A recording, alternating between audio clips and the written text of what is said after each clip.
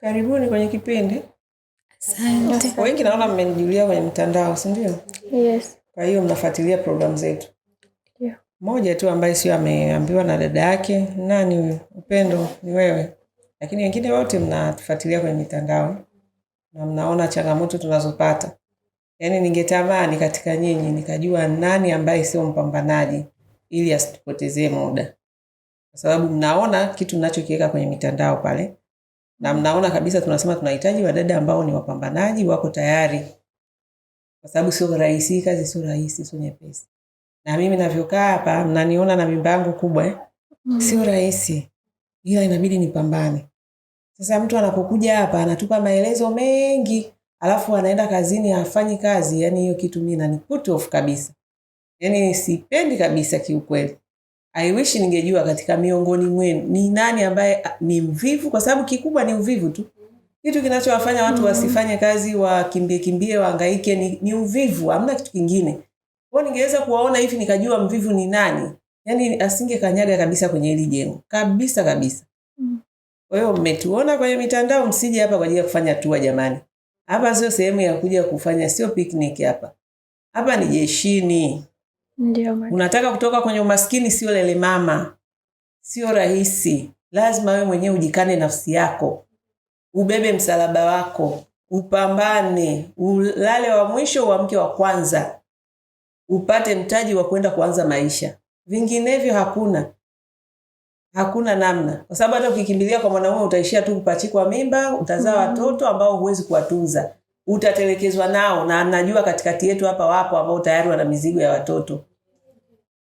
Kwa jamani, tusifanyane masiara please. Naomba kabisa, na nawekaga kipindi kimaksudi ili niweze kuchuja mapema. Mtu ambaye anasikiliza anaona mbona hapa yani wakali sana. Kwa kweli sisi ni wakali. Si mmeona hata mikataba yetu. Kwa sababu hakuna mchezo, maisha hayana mchezo. Ni kweli. Maisha hayana mchezo, njaa haina mchezo, maskini hauna mchezo. Utakujia na yani hautakuhurumia. Sasa kwa nini sisi tukuhurumie? Yani uje hapa tukuonee huruma wakati njaa haikuonee huruma. Umaskini haukuonee huruma. Kwa nini sisi tukuhurumie? Mungu mwenyewe alokuumba kwa nini akukuleta na gunia la hela hapa ili usipate shida? Si yeye alikuumba akakuleta duniani. Yeye ana upendo mkubwa sana tunasema. Dini zote zinaamini Mungu wetu ni ana upendo, si ndio? Kwa nini haja kuleta na hela tayari? Anakutaka ufanye kazi ndio ule. Anasema asiyefanya kazi na kwa hiyo kwa nini sisi tukuhurumie? Hapana, sisi tutakwambia ukweli. Maisha haya ni mapambano. Umekuja hapa kwenda kufanya kazi, adui yako sio bosi wako. Adui yako ni uvivu wako. Kwa sababu unaposhindwa kufanya kazi za bosi wako, hamwezi kuelewana. Sisi tunaelewana kwa hiyo mimi nisingependa yani tuendelee na ngonjera nyingi, maneno mengi, kujiongelea kwingi, alafu unapelekwa kazini tunaanza kusikia ujinga. Hapana. Hatutaki kabisa hayo mambo. Sawa jamani? Karibuni. Haya, tunaye shujaa wetu hapa ambaye mimi nawapenda hao wanaopambana. Wamemaliza mkataba. Salma, umemaliza mkataba wako? Ndio. Hongera sana. Asante. Wewe ni superwoman. Hawa sasa ndio naosema ningejua wale ambao watapambana mpaka mwisho, ndio mimi hao ningekwenda nao. Miongoni mwao ndio hawa akina Salma. Ulipangiwa kazi wapi? Sala. Wapi? Sala. Kama kiwango level gani? Smart dad. Smart. Na umemaliza mkataba? Ndio. Kwa hiyo umempa bosi wako huduma za smart? Ndio. Mpaka mwisho? Ndio. Hongera. Asante. Kwa hiyo una mipango gani baada ya kumaliza mkataba? Baada ya kumaliza mkataba, kuna vitu vingi nilikuwa nishavifanya. Nataka nikavifuatilia ndani ya wiki, then nirudi tena niendelee na kazi. Uendelee na kazi? Ndio. Una malengo gani kwenye hizi kazi? Malengo yangu ni makubwa. Nilikuwa na malengo yangu ilikuwa ni kuanzisha mradi ule mkubwa wa ng'ombe ule. Ng'ombe ule unavyosema kama vile nakumbuka, naongea na wengi hata sikumbuki. Ranch kubwa ya ng'ombe ilikuwa ndo uko Tanga. Kwa hiyo sasa nikaona mtaji unahitajika mkubwa zaidi. Nikasema nianze kwanza kuwekeza kwenye vitu vidogo. Kama nini? Kwa mfano kama sasa hivi nimenunua pikipiki 2. Wow. Nimemwambia mama nisaidie kutafuta vijana. Amewatafuta vijana, wameenda kwa mwenyekiti wa kijiji, wamesaini mkataba. Kwa hiyo kila siku 10,000. Okay. Kuna huyo ambaye kwa siku anapeleka 10,000 na kuna ambaye kwa wiki anapeleka 70,000. Kwa hiyo hii wiki ikiisha nataka nikaangalie kwamba vitu vinaenda vizuri. Na pia nilianzisha biashara ya mashuka. Nilikuwa naenda na order mtandaoni kule, wanamtumia mama, anauza, hela ikipatikana, akishauza, akishapata hela tena anatuma kwa huyo mtu ambaye nimemconnect naye kupitia mtandao. Kwa hiyo imekuwa inaenda vizuri. Inaenda vizuri tena, mashuka wananunua sana. Mashuka kwa kule kijijini sana. Inanunuliwa. Na mashuka mnachukulia wapi? Kariakoo kule. Okay.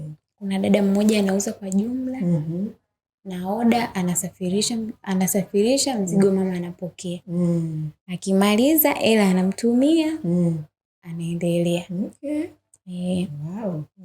Kwa hiyo kupitia hivyo vitu vidogo vidogo naamini mtaji wangu utafikia pale ninapotaka. Kwa sababu nimechagua biashara hizo ambazo zinafanyika huku naendelea na kazi, nikaona nije tena niendelee kuongezea mtaji huku naongezea na kule naendelea kukusanya. Wow, Salma umetisha. Yaani kwa kweli wewe ni miongoni mwa wale wadada ambao tuna maono kama mradi wa kuwavusha kutoka kwenye umaskini na kujiweka kwenye uhuru wa kiuchumi. Umeelewa? Lengo la huu mradi ndio hilo. Sasa tunapokutana na wadada wazembe wavivu hawa wanaotuchosha, yani kwa kweli wanatukasirisha vibaya mno. Lakini tunatamani wadada wote wangekuwa kama hivyo wewe. Wanakuja na malengo ya kutoka kwenye umaskini na wanapambana kama wewe unavyoendelea kupambana. Umeweka malengo makubwa, lakini ukaona makubwa labda kuyafikia itachukua muda na inahitaji hela nyingi. Ngoja uanze na haya malengo madogo ambayo unaweza kuanza nayo na tayari unaona yanafanya kazi. Yani kwa kweli hayo ndio mafikra ambazo tunazitaka. Tunataka mabinti, wasichana, wadada, wanawake ambao wanaona mbali, wanaona hatima zao. Hongera sana. Asante madam. So labda kwa upande wa kazi vipi, ilikuwaje? Kazi ilikuwa sio rahisi. Safi sana. Yaani sikutarajia kama hilo litakuwa neno la kwanza. Kwa sababu hicho ndio kitu wanawake wanatakiwa wakijue. Wanakimbia sana, wanafikiri kuna kazi rahisi. Hakuna kazi rahisi. Wala hakuna hela rahisi. Wanaokimbia kazi wanadhani kuna sehemu ataenda waweke miguu juu. Hata kwa wanaume mnavyokimbilia huko, mwisho wa siku mnaishia tu kupigwa matukio. Kwa sababu sio rahisi. Wewe mwanaume atakudanganya siku ya kwanza ya pili. Baada ya hapo matukio atakayokutandika nayo ni bora haya maisha yanayokutandika nayo. Ukafanya kazi kwa bosi wako na ugumu huo ukaishia kupata pesa, ukaanzisha na wewe biashara zako.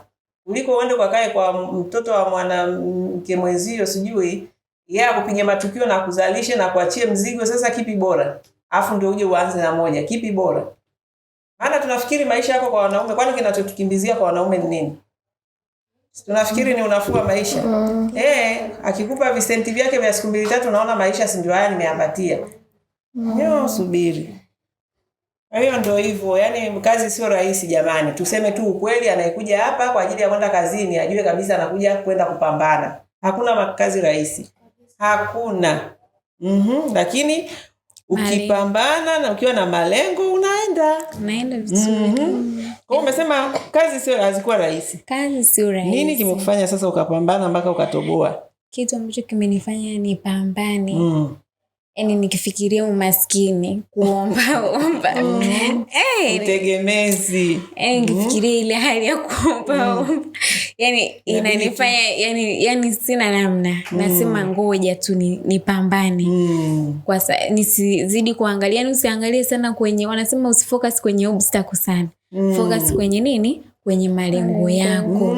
Na ukiongea hapo Salma, kwenye Ukristo sisi tunaambiwa ingawaje Yesu alikuwa anaona kabisa ugumu wa ule msalaba, lakini aliangalia mbele zaidi kwenye utukufu, ndio akaweza kustahimili kubeba msalaba. Umeelewa? Ndicho ulichokisema hapo kwamba tusiangalie obstacle, tusiangalie matatizo. Yaani ukiangalia matatizo ndio utayakimbia.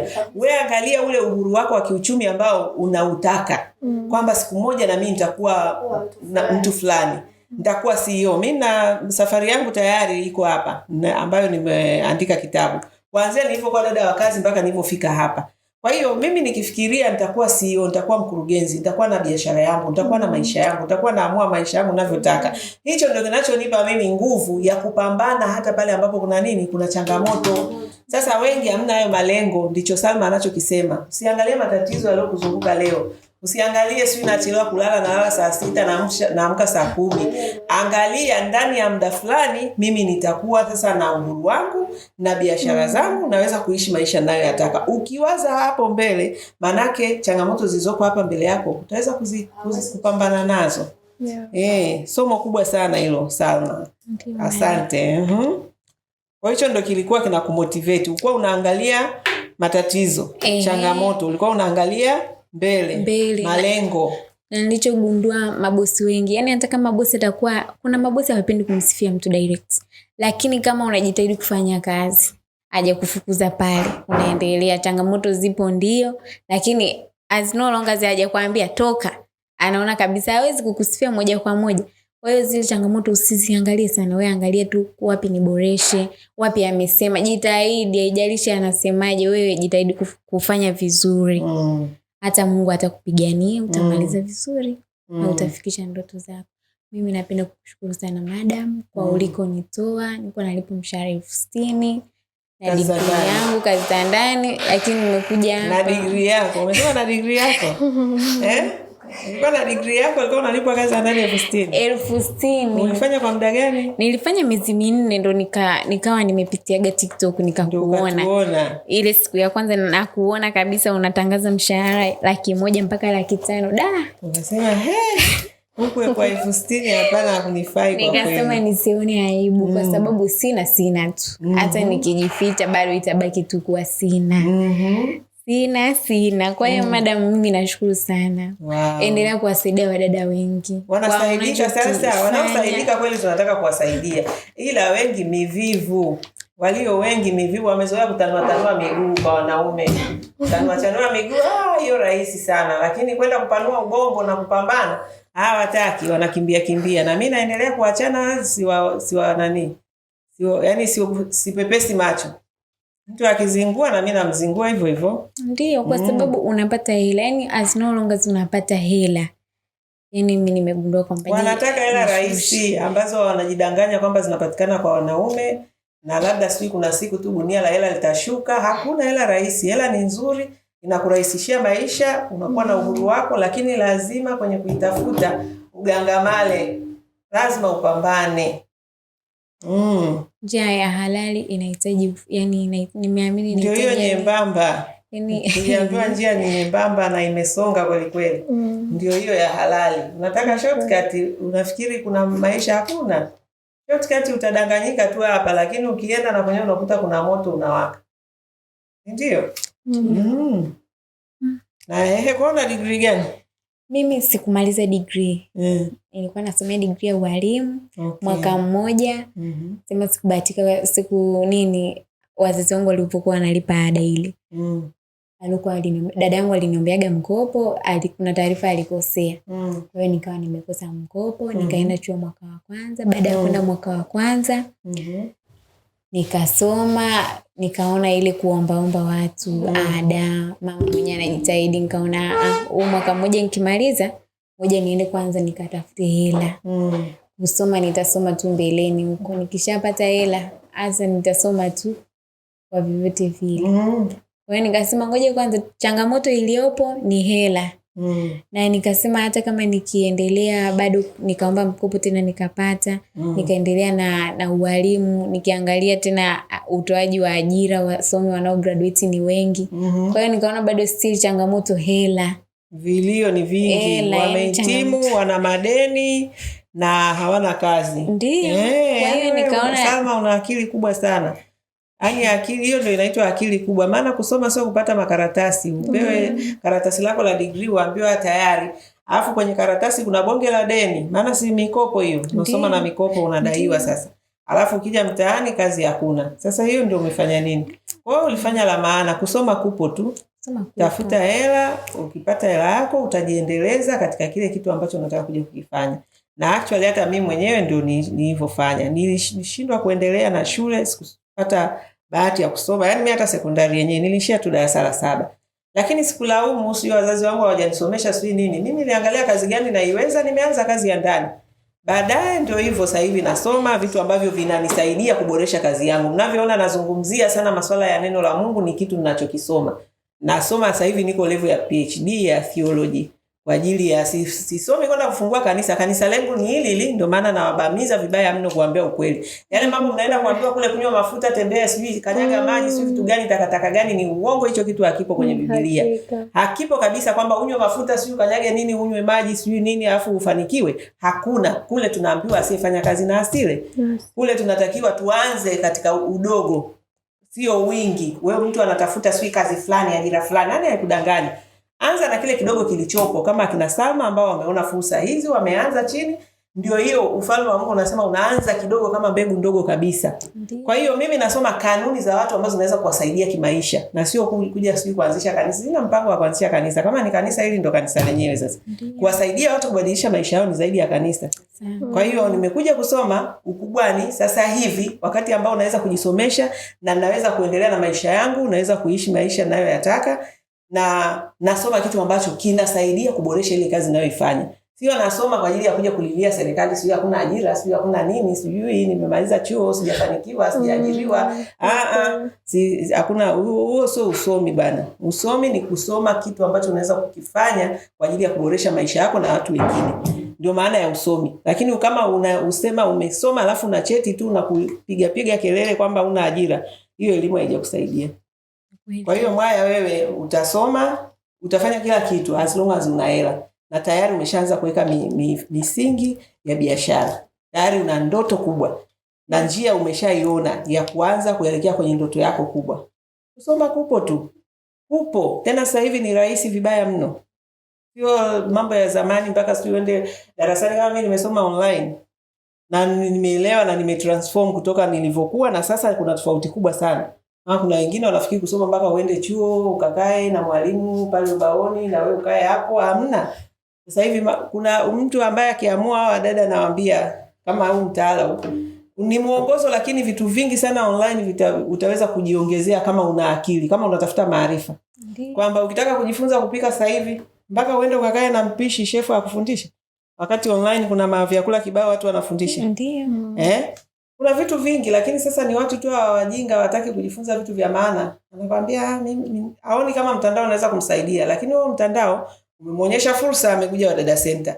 Umemwonyesha sijui nini, ameona wenzake wamejikoroga huko mtandaoni na yeye anatafuta mikorogo. Hiyo mitandao inamgeuza. Sijui unaelewa? Maana mtu anakuwa anashindwa kujielewa yeye anataka nini. Yeye kila kitu anakiona kwenye mtandao, kaona wenzake wana makalio makubwa na yeye anatafuta vitu vya kupaka, au mwenye hela akafanye surgery aike makalio. Kaona wapi? Kwenye mtandao. Kwa hiyo mitandao hii inabadilisha watu sana. Cha muhimu ni kwamba wewe unabadilika kuwa mtu bora, unakuwa mtu wa ajabu. Si ndio? Kwa hiyo ndio hivyo. Salma, karibu Mwaya. Asante sana madam, chukua hata hii ya kifuta jasho. Jamani, kwa mara ya kwanza mdada ananiletea hela.